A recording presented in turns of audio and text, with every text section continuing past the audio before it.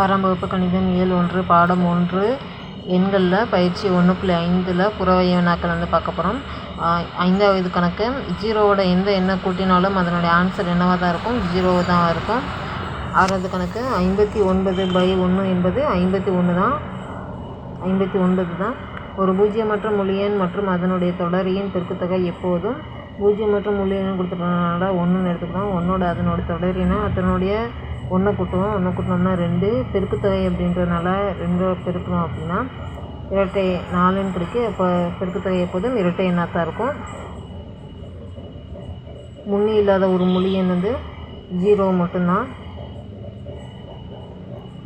பின்வரும் கோவைகளில் எது பூஜ்ஜியம் அல்ல? 2ஓட 0 பெருக்குனா 0, 0 + 0 0, 2 கூட்டல் 0னா 2 கிடைக்கும். 0 - 0 0. அப்போ இது ஆன்சர்னால் 2 கூட்டல் தான் ஆன்சர். Thank you so much.